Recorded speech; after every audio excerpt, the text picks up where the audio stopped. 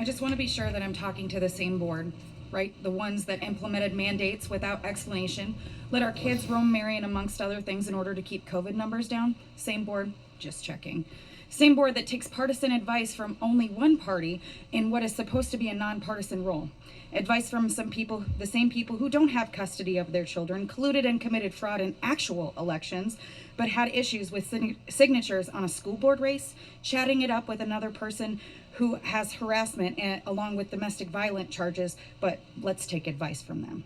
Same board who brought up issues like allowing miniature ponies as service animals without any regard to actual education in the school, allowing students and staff during school hours to rally, display PDA, and ignore the very education we send our children to this district to receive. Same board? Yep. Same board who has employed pedophiles, more than one in the last 5 years to be exact, and still employing the mother of one who was recently charged and just so happens to run the same group, forcing an issue we're all here against tonight. Not a coincidence. Same board, right? A group arranged to offer safe space for those kids who no one would bother to be against if it weren't for the incessant force of opinions, posters, rallies, bullying towards those who don't agree and otherwise. Rallies that happen during educational hours and are impeding learning. And now the same board who's bringing in a rule which they believe is law, newsflash, it isn't. Crossing lines over education into medical, which isn't in their scope.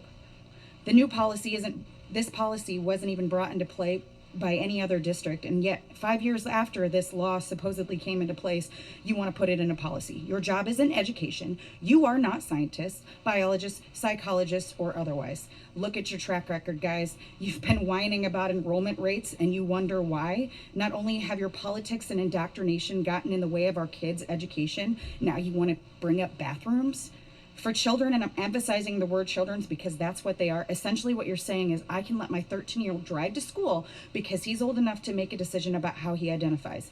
What you're saying is my daughter will go to bathrooms at school with the student or staff who biologically is male, has a penis, and can use the same facility, that my teenagers may be roomed with somebody who identified as the opposite of their biological gender, putting both in danger. And teenagers and hormones is not a good combo to begin with.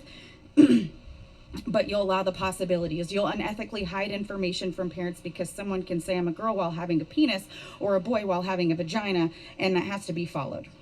You made it crystal clear that you have not and will not take into account any safety or educational measures for our children. So do us a favor, drop the issues, and walk out of this building right now.